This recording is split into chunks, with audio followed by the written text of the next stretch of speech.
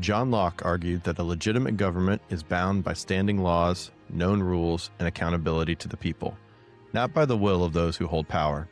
When power no longer feels obligated to explain itself, the system hasn't just failed once. It has begun to change what it believes it is allowed to do.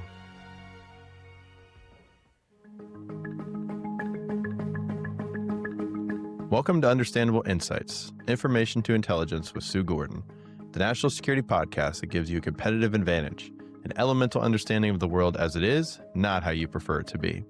I'm Eric, joined each week by the Honorable Sue Gordon, and together we'll break down the headlines shaping our world, looking for patterns and early warning signs, and asking how we should be thinking and acting as citizens and leaders across issues in intelligence, technology, and business. It's January 26, 2026. Let's get to it. Hey, Sue, how are you? Morning, Eric. Great. A new day. Always happy to see one. Eric, I was going to kind of forgo banter this morning because someone that I really respect, some people that I really respect have suggested that they don't really like our banter. I think we're delightful, especially when I talk hoops. They just want to get to the stuff. And yay, I'm glad they like our stuff. And I really wanted to show that I can listen and change my behaviors. That's what was my plan to do. Here's my little bit of a sop for those people is do note that in the show notes, we post with every episode a time sequencing of all the sections we talk about. So absolutely feel free to go to whatever section that you most care about. That's why we put them there. And then the second, I'd like everyone to notice that I'm wearing a red shirt. Red. Nice. Yep. Keeping with your New Year's resolution. Keep it with my New Year's resolution. And if you notice it, it's a Navy women's basketball shirt. So even though I didn't really want to talk about basketball, I do have to give a shout out to Navy women's hoops, who on Saturday sang second by winning the Army-Navy game 60-44 and securing first place in the Patriot League. Truth in advertising, and I'm sorry in advance about this, my teammates, I think I might even love Navy hoops more than Duke hoops. Can you believe that? And Go Navy. Yeah, I think it's because, one, my daughter played there, and two, every player on the team has chosen to serve their turn for their country, and I'm always proud of those who make that choice. And then for the firsties on the team, Kelly Giuliani and Morgan Damos and Marin Laritas and Kate Sampson, who were there 4 years ago in their plebe year when they went 1-29. Way to lead. I know that year you all felt like you were failing, but you figured out that you were building, and look at what you've done. So first in the Patriot League is pretty good. Keep the press. Nice. Yeah. Go Navy, beat Army. That's huge for them. At the start of their letter sweater. And for those boomers that are still listening to us and not able to skip ahead, in the individual episode on both Apple Podcasts and Spotify, you can scroll down on about that episode and click the hyperlink for the timestamps, like Sue said. We do go to the trouble to connect those, and very easy to skip ahead to the section that you're looking for. So happy if you're still here, want to warm up with us and get to know us a little bit more. But also, if you want to get to some of the meat and potatoes, totally understand that too. That's why we do it. Well, do you have anything you want to share now that I've consumed the air with my stuff? Oh, yes. The air is cold. It is very cold. We're on a pretty decent layer of ice currently in central Texas. And I know that a large portion of the United States is also without power, battling some pretty significant weather conditions. So hope everybody's staying warm and staying safe. See, I like this. See, this is how you get to know us. Sue is wordy. Eric is to the point. Maybe one day we'll change this up and I'll say 3 words and you'll say 300. It'll be great. I don't know. I kind of got a bit of a soapbox coming up, so buckle up. Hey, listen. Yeah, what are we going to do today? Yeah, about this episode, we're kind of continuing to build on the first 3 segments of this year of geopolitics, trust, elections. And this week, we're kind of try and put that all together into discussing power and precedent and accountability to explain the impact beyond the event. The short version of that, I'm channeling you, is each incident that we see matters, but the real danger is in the pattern and the precedent it sets. So we're gonna try and continue our theme of lifting you all up so you can see, um, what what we see, benefit hopefully from the perspective we bring, and then know how you wanna respond to it. Not the event, not the whipsaw, not the news with someone who's trying to tell you what to think, but rather just see the actual event, and then let's put it in some context. So we're gonna talk about power and precedent and accountability today. Sounds good. Let's get into it. So we'll start today in Minnesota. 3 weeks after Renee Good was shot and killed in Minneapolis on January 7th by an ICE officer, another U.S. citizen, Alex Preddy, with 37, was fatally shot on January 24th during a confrontation involving federal agents. In the immediate aftermath, DHS leadership publicly described him as a dangerous threat and asserted he intended to harm agents, while emerging bystander video shares a very different story. We decided to talk about it here on UI because the intelligence question isn't just what happened, it's what institutions are being asked to do, what incentives and messagings are being set from the top, and what predictable outcomes follow. There are so many implications for the rule of law, how we hold each other accountable in a society, and how it is drawing much of our attention inward. But Sue, I wanted to start by asking you, as a former intelligence officer, if you turn the map around, so to speak, and imagine yourself creating an intelligence analysis from another country, what would you be highlighting and gaps that you'd be looking to exploit? So the intelligence officer in me, not the policy advisor, but the intelligence officer, looking at what's going on in the US right now and the conversations we're having, I think I'd say, "Man, if the US isn't broken, it's surely on its way to it." I don't say that to choose a side in which way it's going, but one of the most important things about America has been that we have been reliable, certainly since World War II, where Yeah, we're kind of the stability of free and open systems. The rule of law is what allows people to do things with us, to trust that there is a process here that is going to make what we do fit within some rules that we have set. Now, remember, we can change the rules as long as we do that openly and people know they've been changed. So the biggest thing I'd take away is that the US is broken or breaking. And either way, I can't treat it as though it is what it used to be. Even if I continue to do business with it, which I will because we're powerful and important and all that kind of stuff, but I'd be looking at my strategy for interaction based on the fact that I see massive divisions, massive uncertainty, and lots of unrest. And I just, not to put too fine a point on it, is we love sitting here in the US talking about Iran where the government is killing civilians, and oh my God, we can't stand that in protests. right. I don't know if I'm in Iran and I'm looking at the US, what am I seeing right now? So I just think we need to think about that there is, it's not just what they're seeing and how, I don't care what they think of us.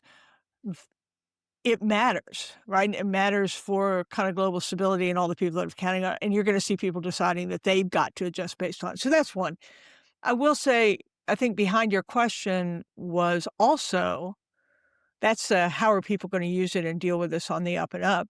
Right. Let's talk about adversaries who would advance their interests at the expense of ours. I just remind people about information operations. We talked about this certainly with Russians' attempts to influence the US elections, and that is doctrinally, the Soviet Union is about undermining democracy, especially that which is practiced by the US. Well, man, you have got a great opportunity here looking at just what we're doing to use information operations to sow distrust, to create divisions by the insertion of information that amplifies one or both sides just to create more chaos, more breakage, more pressure, more protests, less certainty, less in our position, bring us more into question. So I will say that if you're an adversary with intention to undermine Hmm. what we are doing to ourselves, and with the advent of a digital world, which I talk about all the time, we still seem to forget how that can be misused. Just remember that those who would do us harm are using the digital space to foment this and can create something that appears to buttress one side or the other of any argument for the purpose of making us not believe first in each other and then in ourselves. Yeah. Um, and I think we're going to talk later in the episode about Davos, which is about what's kind of the mirror of what's going on internally and the impact on friends and allies. But just looking at us and how others see us and how they would use us, I think the information space is the new battlefield. Yeah, absolutely. Not only are you competing with the algorithm providing information that shows up to you more easily, right? Because generally speaking, we'll take the easiest route, but also how we respond just as a government, not just from the leadership perspective, but also Congress, how they operate, how they respond to things, just the whole system and how we work. Yeah, it's kind of on the one hand, you can shape it, Hmm. and the other hand, you can figure out how far you can go based on our national ability or willingness to respond. It gives people power. Yep, exactly. Yeah, and then I also want to talk about the leadership failure from the top.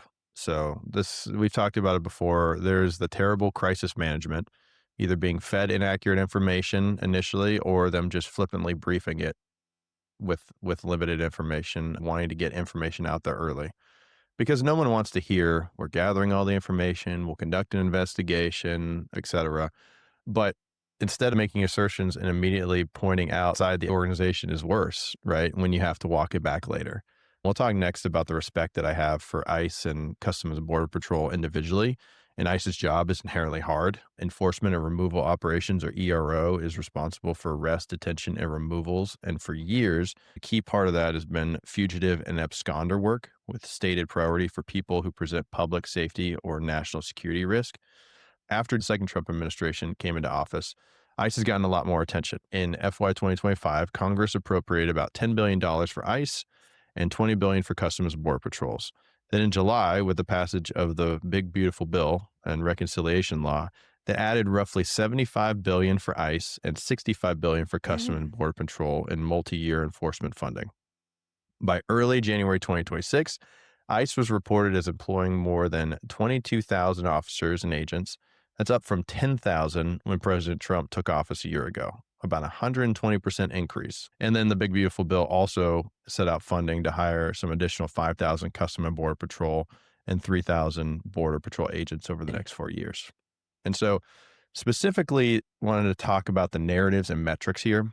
And in complex systems, you tend to get what you ask for. We've talked about that before with Secretary Hegseth and some of the things he's asking for in the Department of Defense.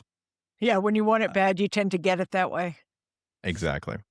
I assess that when you run out of significant national security risks for those people to target, that's when you start targeting the domestic house cleaning crew, strawberry pickers, and Home Depot parking lots to try to achieve those metrics that have been pushed down from higher end quotas.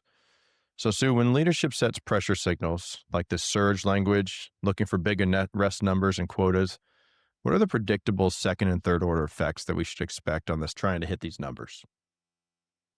Yeah, I think you articulated it really well, and that is the influx of resources puts demands, the addition of humans. If you give humans a job, they're gonna wanna do it. If you don't prescribe it, they will expand to fill the space that they have, and you may think I'm talking about ICE, but, one of the things that I've answered to in my career was the Office of the Director of National Intelligence was created post 9/11 to integrate the intelligence community so that we were better able to share information, have common policies, and hopefully not have that kind of failure again. 15 years later, one of the things that every leader has been trying to address is the fact that we we created an agency, we put a lot of people in, and then we said, "Go do this broad job," and in fact, people expand to fill the roles that they're given, and it isn't Yeah. necessarily malfeasance, it's just that they're gonna do it, and in a bureaucracy, what you get is too much bureaucracy, right? Too many rules, too much oversight, too much that. In the case we're talking about with jobs that carry massive weight and lethality and responsibility. The way it works is people think that they have the power without necessarily the time to be inculcated into the rules and procedures, and culture that will let them execute it appropriately. I mean, Eric, think about how much time and how many years have gone into training military officers, right? All the things that prescribe it and define it, all the things that you were taught from the day that you entered the military in and how we do things. And it takes a long time, Yeah. right? And and it feels like we are taking that authority and giving it to people that we are not investing in. And then at a moment of failure, we're stuck with, "Oh my gosh, how do we hold this accountable? And whose responsibility is it? Is it an individual?" I guess an individual is always responsible. But what I think you and I agree on is this is a leadership moment, and I think there are lots of leadership moments here. Number 1 is just everyone who's looking at what's going on, particularly in Minnesota, but it's not the only place. This isn't good. Right? No matter you don't even have to talk about who's at fault to say, "This cannot be the way it's gonna go." Right. And so how do you look at that event and say, "What are the things that need to be done about it?" And so I think the interesting thing is if leadership doesn't see it, recognize with intention is not yielding the outcome you need, when does it step in and say, "We need to do this differently"? How can you Mhm. change? And I just don't see any evidence yet that the leadership is doing that. Leadership can't, in failure, give justifications or excuses. It has to explain what's going on, and it is only in that explanation, generally should be done ahead of time, that you can find the resolution that isn't just either swept on the rug or then explodes into other parties thinking they have to do something about it. So that's why I say it's a leadership issue and it has nothing to do with who's at fault. It has everything to do with who has the power, who's making the decisions, and what the environment, the situation is that just isn't tenable. What do you think? Yeah, I think it's challenging to scale any organization, whether that's in Yeah. business as you start to increase your number of stores or your number of personnel. Same thing with this organization. I think that's been one of the challenges is they've gotten a lot of money, big Yep. influx. They've gotten a lot more personnel. You got a lot of new folks, but it doesn't take away from the fact that the individuals and the leadership needs to be held accountable and how you address these situations and handle these situations really sets the temperature and whether you're de-escalating or escalating the situation.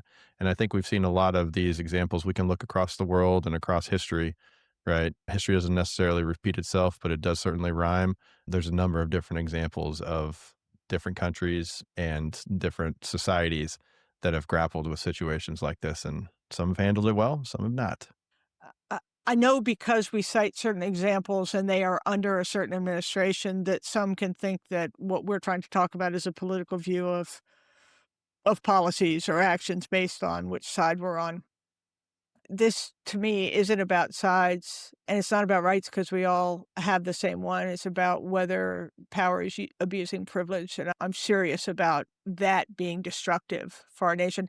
But if you want an example, I will say post 9/11 surveillance and detention was, um, in a way, an abuse of power. Now, we justified it in terms of terrorists, and we didn't know who was coming to the country. We needed to find it. We'd just been attacked, and we just left the World Trade Center and thousands of people and all this kind of stuff. But the way we prosecuted that in many ways instilled a long-term distrust in intel and law enforcement.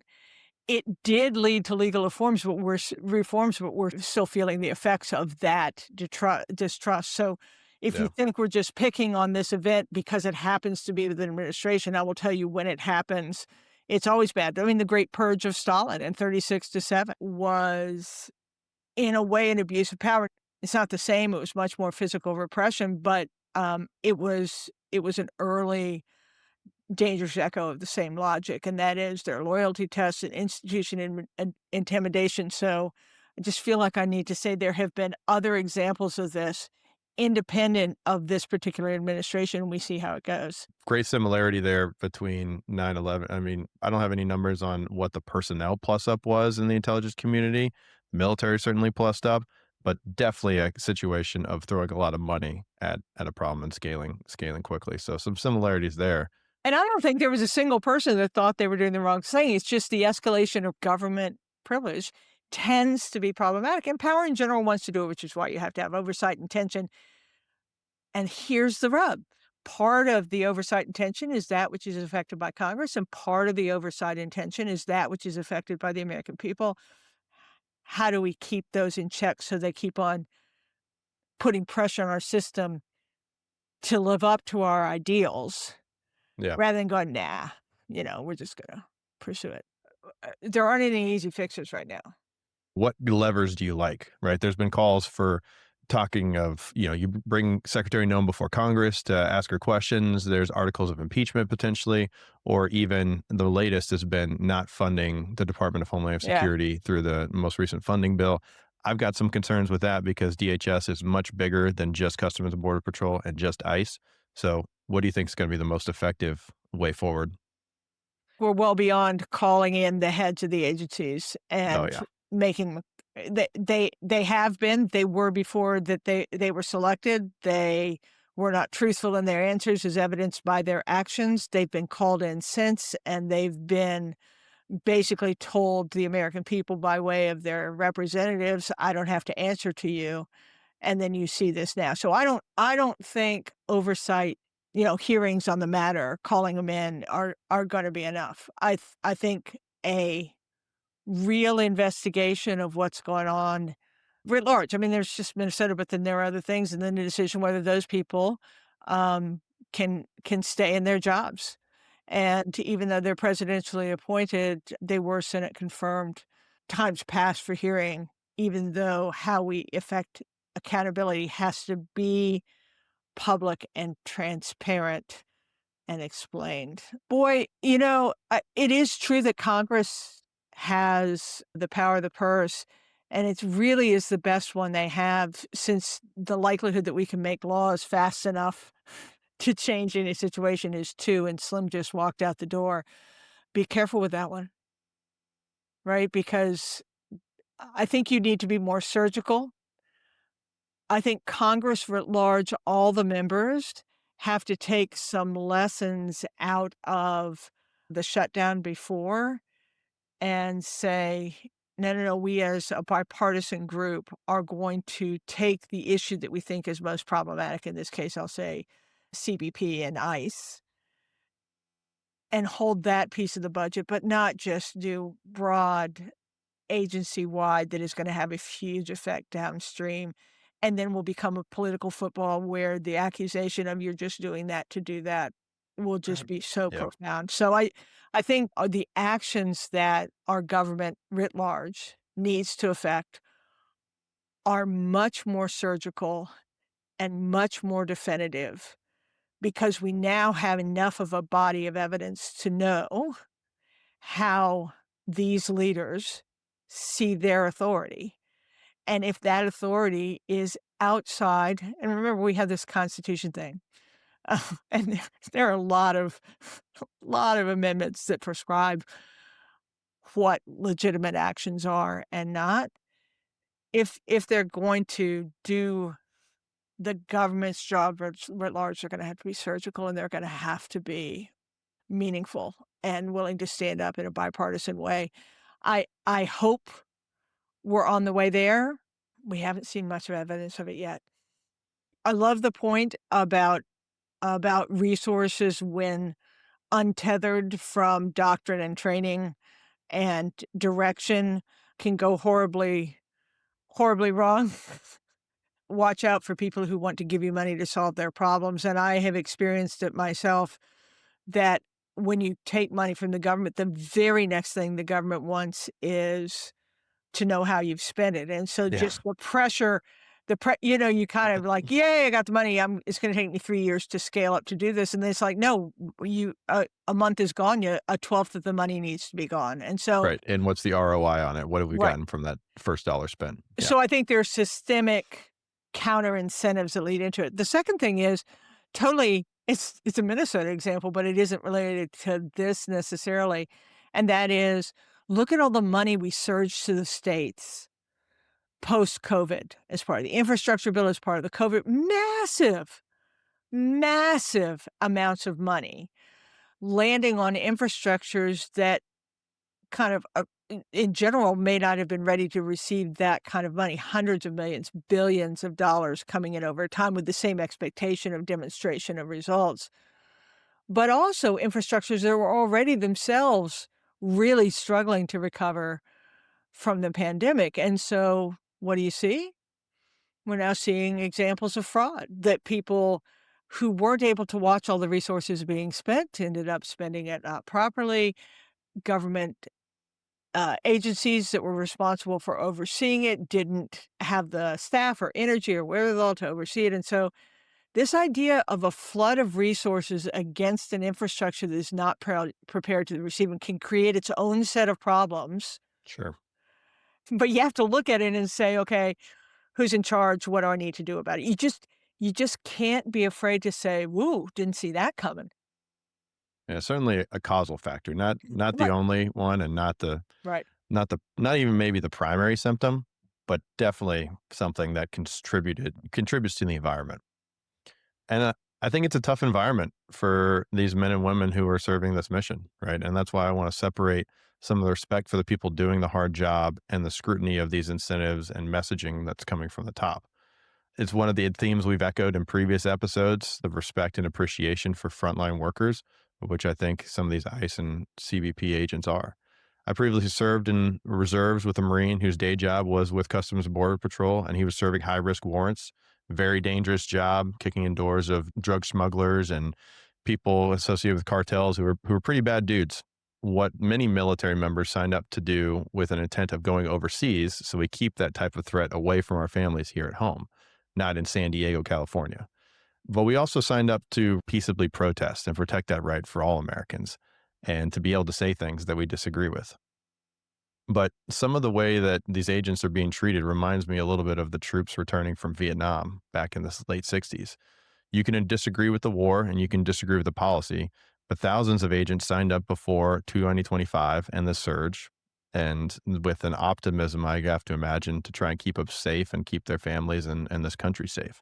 Patriotic, well intentioned, good people who deserve our respect and not to be spit on or yelled at. They're doing a tough job. But the institution and leadership is failing them in both policy, narrative, and response, I think. They need to be held accountable for their actions, but I think we all need to take a second and appreciate the personal risk and job that many of them do to keep us safe. First, I hear you. I love public servants. You just heard me start by talking about Navy women's basketball, and one of the reasons why I love service academy sports is just because the and they've chosen to serve their country. Um, I'm old enough to remember Vietnam that you described.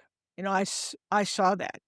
Friends of my family came back from a war their country sent them to only to be the target of people's ire. I'm also young enough to have experienced anonymous hatred delivered digitally and how destructive, that can be. So you are not wrong that we need to remember not to paint everything with an ugly brush.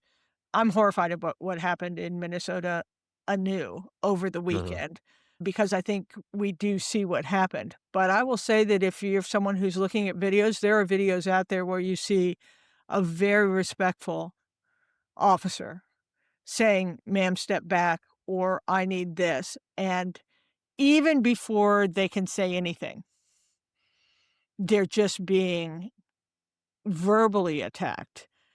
And and then it's just escalated into If they are physical, then they're enduring physical attacks. So this just it can't work. I will say, Eric, that on the Minnesota one, and here's one of the problems. I think protest is one of the things that the people say that they are holding their government accountable, and I want peaceful protest. But in this last case, I confess that I would probably step in front of someone who is being pushed to the ground. Just as you've heard me on this podcast try and step in front of my intelligence colleagues who have been penalized for just doing their job, or the civil service who's been labeled with the corrupt badge. So I think one of the middle things that's the hardest is when do you step in and when do you just let it go, and where do you find that balance? So here's my advice to Congress. Number one, this is because the precipitating action is governmental, and we have this amazing government that was set up with three branches to put tension on each other to assure accountability. If I were talking to Congress, I'd say, "Oh, remember that you're oversight. You've done it before. Do it again."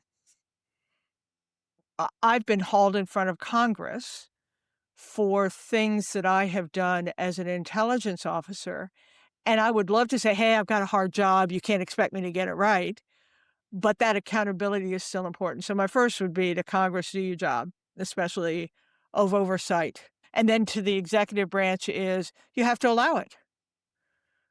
Because in part, that oversight is an element of your authority, and if you wanted to maintain it for the long time, you have to participate in that system. So this using our whole of government system, the executive branch that sets the policy, the congressional part that sets oversight, and the collective that says, "We're trying to maintain rule of law so that the country goes forward." What's needs to be happened.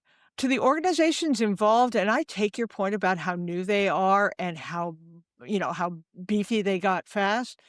I think this is just one of those cases where you just have to double down on training, and whether you're goaded or not, a citizen saying something to you is very different than what you can do to the citizen when you decide to respond, right? That's just the responsibility of power. And so I do think that the organization, I mean, from just straight leadership, quit Yeah. jumping to statements about the intent of the parties too early, because it is just as wrong to say that the victims involved, the people involved in the circumstance are domestic terrorists, as it is to say they were fearing for their life. You don't know about any of those things, so stop that stuff. But within the organizations themselves, clearly, clearly, they're over their skis, and I don't mean that I can't know what direction they're given, but if you just look at it, and one of the ways that you protect your officers is by doubling down on the training. And then to the people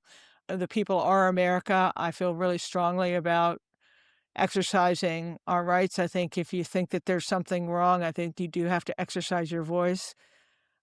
I think there's a lot of good words in the peaceful protest. You know, the day before the shooting or 2 days before the shooting, there was a massive protest in Minnesota. There were just people marching and there were no arrests. Yeah. There was no violence. So for the people, yes, you're the country. You're the voice. You can't wait every 4 years to have something to say, but peaceful is really important. And remember, you aren't the judge and jury either. So there you go. Yep. That's a good point. I feel like I'm establishing a new theme here of lessons from dad or a segment of what I'm teaching my children, right? But certainly want to teach them they're always entitled to the right to self-defense and that they have a responsibility to help those who can't help themselves or defend those who can't defend themselves. You never know how you're going to respond in one of those moments, but I think many of us can see ourselves in that gentleman's shoes.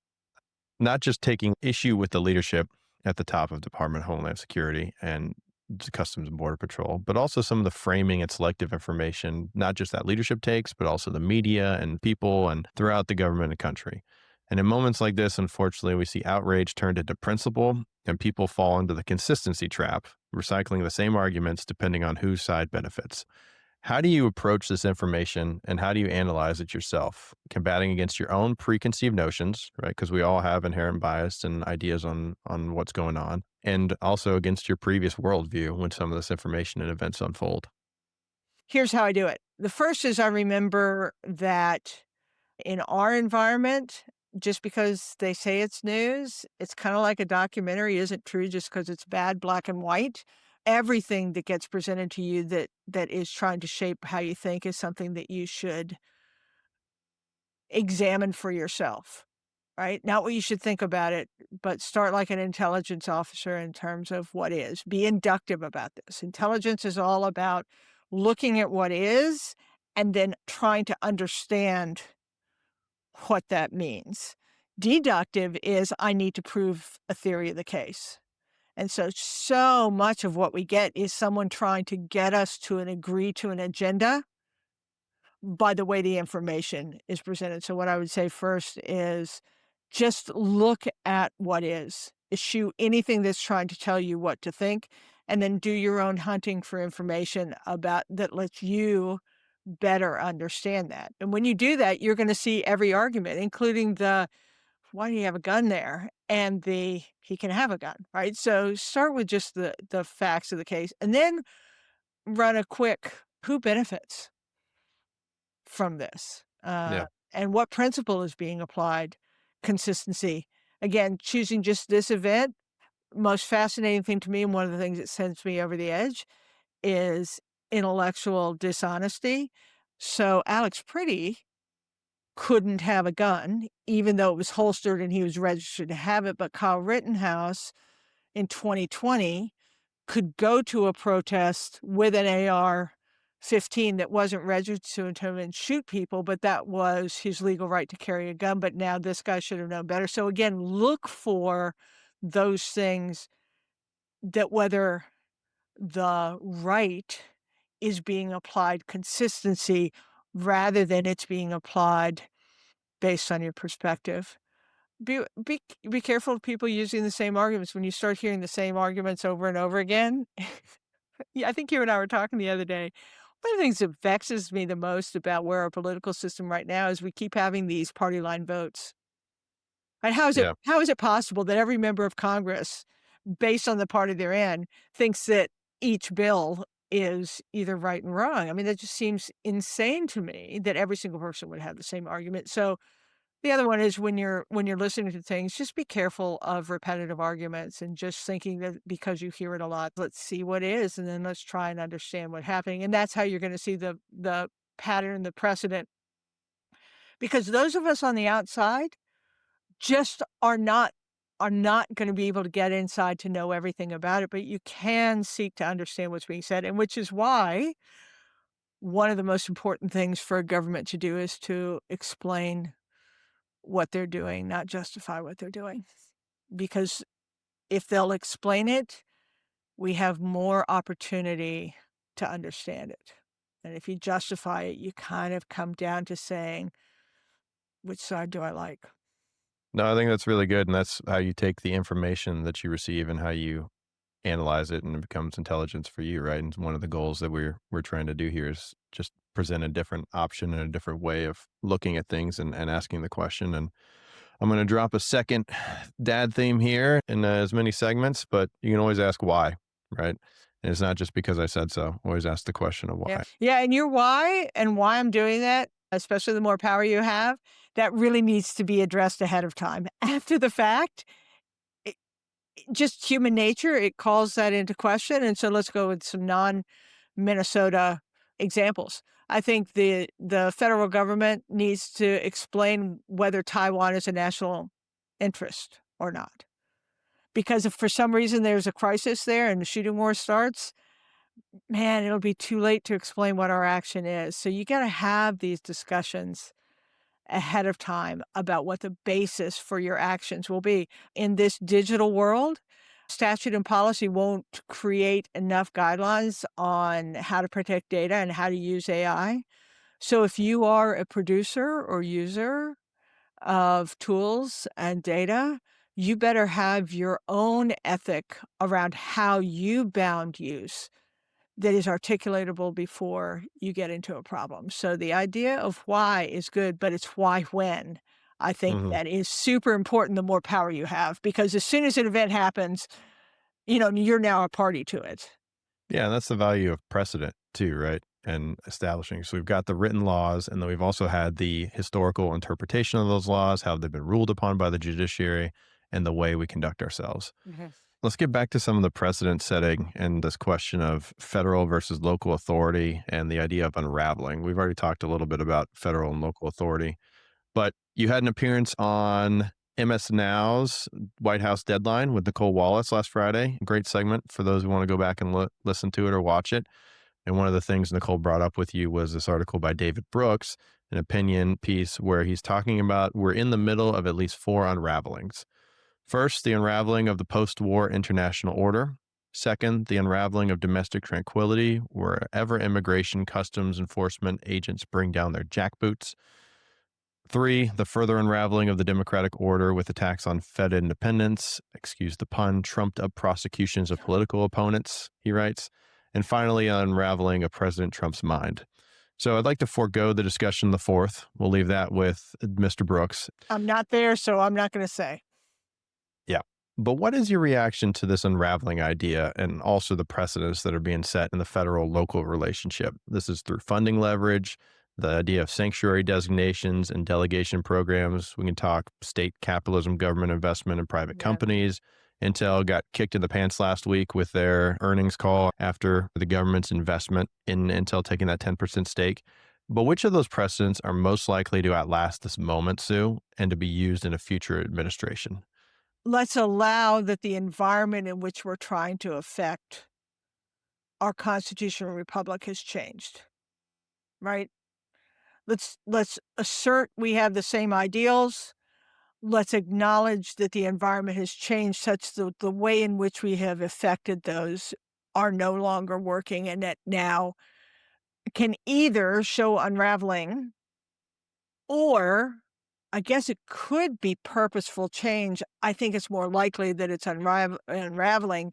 And then when that happens, when those structures you created in order to create the nation that you intended against an environment that no longer exists, you have to kind of reimagine how you do that. And if you don't do that, and if you don't address it with all the levers of power, what you end up is that whoever happens to be sitting at that moment, and however much they decide to use, the system is pretty powerless if it decides to lean into one direction or another. So before we jump to just saying that one administration or another is bad, let's just admit that the environment has changed, and we've got to figure out how to do this nation against the same ideals, which I think is the right thing to do in a different way than we've done before, just accounting for a digital environment and the movement of information and the economic connectedness we have. So that's one. Against that backdrop of all the things that you've talked about, what is going to most likely cause us to stop believing in ourselves, which, by the way, is the worst thing that can happen to us. If the United States stops believing in itself, that is the big threat, and we see our adversaries trying to promulgate that. First thing that has to happen, we talked about in the last episode, disproportionate action is bad. The idea that if you're my friends or you can help me, that you have a different outcome, a different set of rules, that is so breathtakingly undermining, because now there's no way to see what's happening. There's no way for anyone to participate because no one understands the rule except for privilege. So the idea of, and again, executive orders aren't new, but an executive branch that decides because it got elected, it can wield power however it wants, particularly disproportionately. I think if it is not corrected, if we don't address it, if we don't talk about it as a nation and how really terrible that is, that's something that could persist. You can imagine say you hear the voices now saying, "Yeah, yeah, when we get in power, watch what we do." You heard President Trump say this, um, after his 2020 loss, right? So this Yeah. idea of disproportionate benefit based on personal relationship I is so hard to undo, so hard for the system to see, and would really, quite frankly, throw us right in back into patronage and even worse than that if we want to. So I think that's one. The status, authority, and responsibility is one that I think needs to be really fought hard for right now. And what's nice about that fight is it's within a system and a structure that we know. But remember that the Constitution says that any power that is not explicitly given to the federal government belongs to the state. That doesn't mean that if the Constitution is mute, the federal government can assert it. No, if it is mute, the states have it. And so, whether it's gerrymandering, whether it is demanding that states turn over voter rolls, whether it's the state authorities don't have any right to the investigation that happens in their state, whether it is the federal government deciding what AI rules are going to be in various states, we really need to look at the modern construct of states' rights, federal rights, and how important that tension into us and how you affect it now. Because that's one, if it's undone, that'll be really hard to do. And I think a piece of both of those is election stuff, because as we talked about in I think the last episode, and that is if elections stop becoming infrastructure but become contextual. In other words, I believe in the election, if it yields who I want, then that process doesn't allow any of those other things to happen. So I think election integrity and trust is really important. And then the last is what we see effectively being tributes, which is people figuring out that if they give money, they get something for them kind of off the books. Right, Mhm. whether that is the Council of Peace and $1 billion. Well, wait, is that the United States setting up the Council of Peace? Is that Donald Trump setting up the Council of Peace?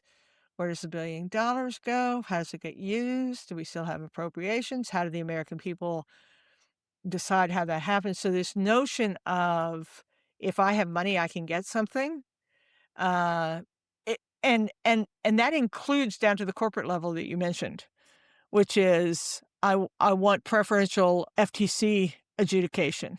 Yeah. So I'll give a portion of something to something. And again, it's the act of that happening that is problematic. And we should look at it anytime it's happening. And it did not start today, but it is accelerating. Maybe in part because the environment is harder to oversee. Maybe it's because we've moved from kind of pluralism, like the society is important and we subordinate our rights, to one which is just I want this, I want this, I want this, and we now have a government that says, "Oh, I'll give you what you want, and it all works out for you if you can pay for it." So I think those are probably the four that I think if we don't tackle them now when they are so in evidence and Mhm. do so in a kind of whole of government, whole of society way, we're gonna pay for that over and over. Right, because why would an executive wanna give up more power or more authority, right? It makes their job easier, Right. but the tension between the states and the federal government is one of the real successes of our system, and this idea of competition is what our country and what our economy and what our really idea of democracy and capitalism, foundationally capitalism, this idea of competition and the best rising to the top is Yep. really what's made us successful. Yeah, I think we talked about this in almost our first episode where one of the things that gives me the most confidence and source of optimism is this tension that we have uniquely here between democracy and capitalism, right? And they kind of press on each other, and if one gets too powerful, the other one kind of falls off, but when those 2 things are in perfect concert, we do some really amazing things, and I think that's a tension again, tension isn't bad. Yeah. Well, Some other tension happened at Davos last week, the World Economic Forum, where President Trump publicly ruled out using military force with Greenland, and he backed off the threatened tariffs aimed at pressuring European countries over the issue initially. He later escalated pressure on Canada in public messaging, including warning of a 100% tariff tied to Canada's China posture. But the NATO country leadership's response, I think, was the bigger takeaway from Davos and last week. UK Prime Minister Starmer responded that President Trump should apologize for his false assertion that troops from non US NATO countries avoided the front lines during the Afghanistan war, describing Trump's remarks as insulting and frankly appalling. President Trump made a comment that he wasn't sure the other 31 nations in NATO would be there to support the United States if and when they were requested. In an interview with Fox Business News from Davos on Thursday, he said, quote, they'll say they sent some troops to Afghanistan or this or that, and they did. They stayed a little back, a little off the front lines. That is not the firsthand accounts that I have heard from individuals who have been there. Starmer also paid tribute to the 457 British personnel who died and also to those who have been left with profound lifelong injuries. He also had a new subtle toughening in his message, mostly only detected in the UK press, but worth mentioning. Canada's Prime Minister, Carney, argued that global order has ruptured and that great powers are increasingly using tariffs, finance, and supply chains as tools of coercion, a call for middle powers to coordinate and reduce vulnerability. Also, after the 100% tariff threat, he stressed that Canada is honoring the US Mexico Canada commitments and that Canada has no plans to pursue a free trade agreement with China. So, Starmer and Carney weren't ad libbing. Those lines were carefully constructed by career diplomats and statesmen, as I believe you've called them before, Sue. What can we infer about their threat perceptions and the red lines from what they chose to say and how they chose to say it? Well, I think Davos was a signal event, not a gaffe. People come there to listen to leaders and to talk economics. And on the one hand, it didn't disappoint. On the other hand, it it did present information that was stark, and I think from our allies and partners, particularly, almost confirmatory of the direction that we're going. So if you think about the last year, a lot of tariffs, tariff walkbacks, a lot of bold statements, stark statements. We know who President Trump is. If you're a fan, you like, oh, I love his realness. And if you're like me, you're like, oh my God, do you not understand the weight your words carry? But but in that event, for those people, in the culmination of a year of just whipsaw effect, the statements by Carney and Starmer, you're exactly right. They weren't ad-libbing. They were statesmanlike, but behind the scenes, in order to be able to say the things they did, to be able to publicly risk the ire of the United States, but even more importantly, to openly create distance amongst the greatest alliance that history has ever known. They just wouldn't do that casually. What it means is that they've lost all the behind the scenes stuff. They've lost the opportunity to say, "Yeah, yeah, I know there's this chop of politics, but below that, don't worry, we have a stability that we can count on each other." I think their statements reveal that they no longer believe that that infrastructure that is the backbreaking physical labor of national and global security, they think is ruptured, and now what they believe they have to do is they have to send their own signaling about the line that they're not gonna cross. So, man, just because we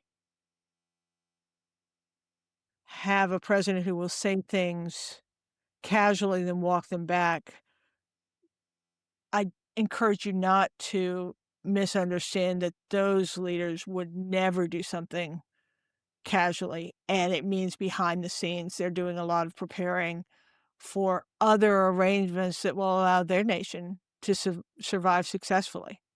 I 100% agree with the point that the world order that has existed for the longest time is no longer in place. I don't know if that means we're headed to, um, any kind of Armageddon, but I do think that there is now real question about whether the part of the world order that was anchored by the United States and represented free and open societies, including freedom of trade, freedom of movement, all those sorts of things, we haven't established it, right? It's now in real question. And the willingness of these leaders to say it, I think, is a huge signal that trust has been lost with them. Because if it were just perturbed, I don't think they would have said it. And just remember, you can't surge trust in a crisis. And it oftentimes is the US that needs help from these same allies and partners. So I think it's big. I think it's a big signal. Does it mean it's irrecoverable? No. Mhm. Does it mean it's serious and it represents a whole lot more than just some press conference language? Yeah, it does. Separate from Davos, but also last week, Denmark's military intelligence service released an annual outlook that for the first time explicitly assessed the U.S. as a potential threat, alongside other major powers, citing growing uncertainty and coercive dynamics.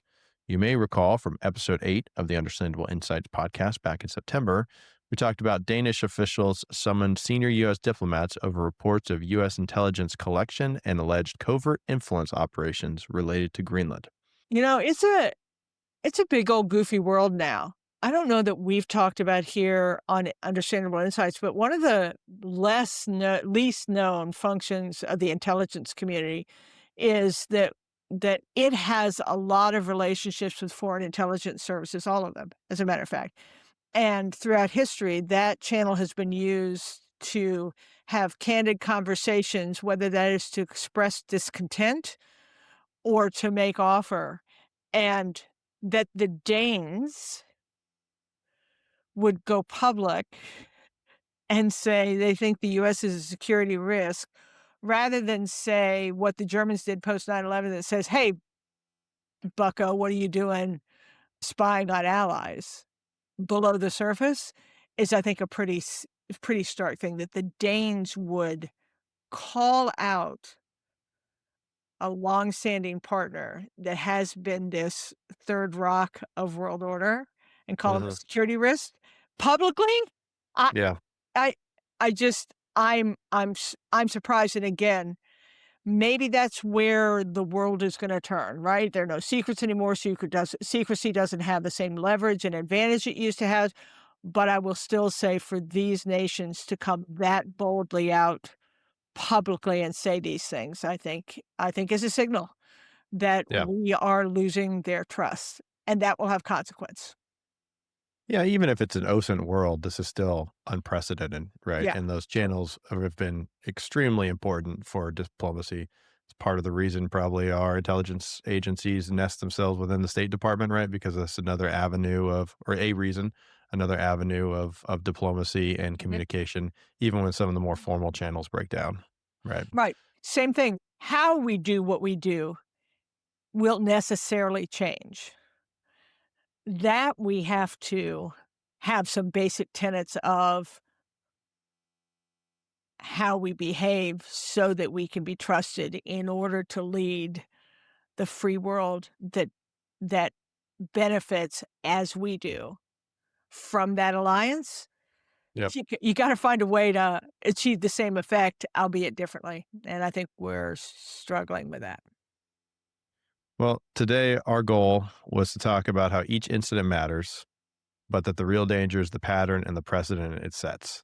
What do you want folks to walk away from this episode believing? Let's see if I can come up I'm gonna hope I can get 3. If it goes to 5, you'll just laugh because I always do. Round down to 3. Yeah, Yeah. yeah. I think accountability is not optional.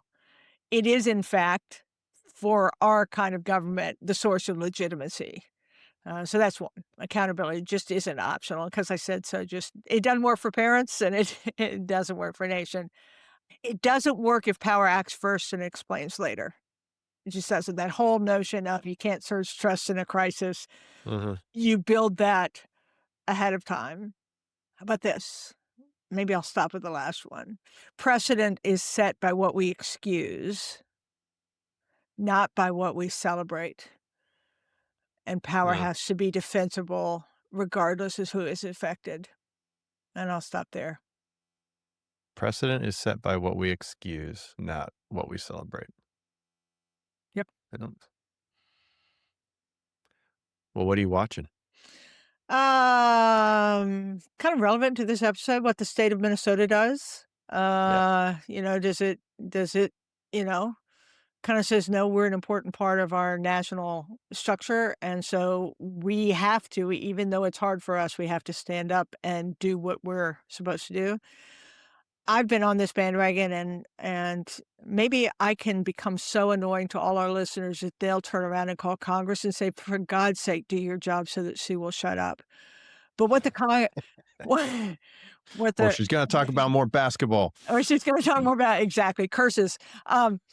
But but I'm watching what Congress does, and I thought you made the really good point is, yes, they have the power of the purse. Yes, they've used it effectively before, but if they make a mistake in how they use that, rather than being kind of sending a message and standing on unified bipartisan strength, because some of the things going on right now,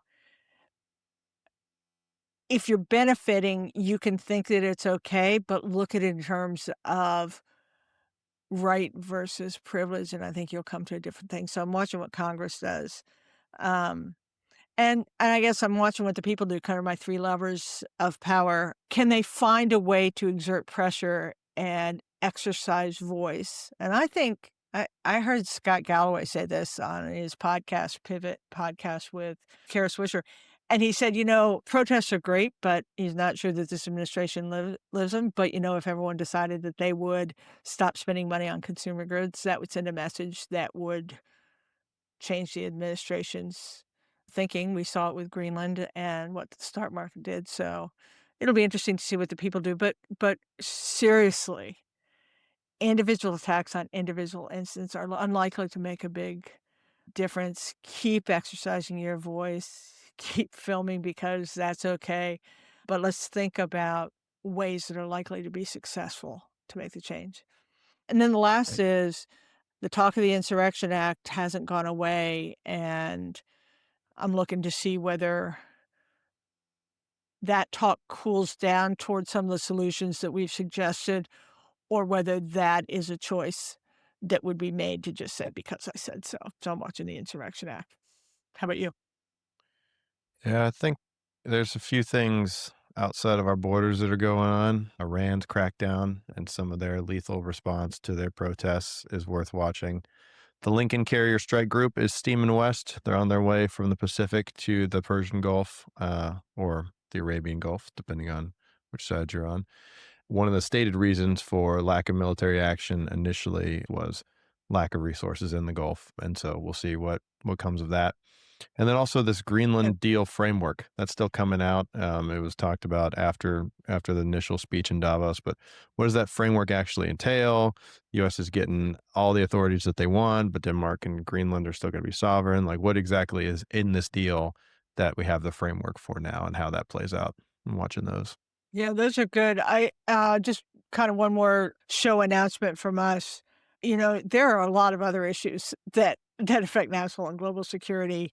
We've not talked technology in the longest time, so I think maybe next episode or the next few episodes we'll talk a bit about what's going on with industry and technology and advance, and try and do the same thing that we're doing with these, which is rather than each of the individual deals, what we're seeing in terms of the signal those actions are setting. So I feel like, don't you feel like we're going to get back to talking not only about some of those other global areas, but what's going on in the world of industry and technology?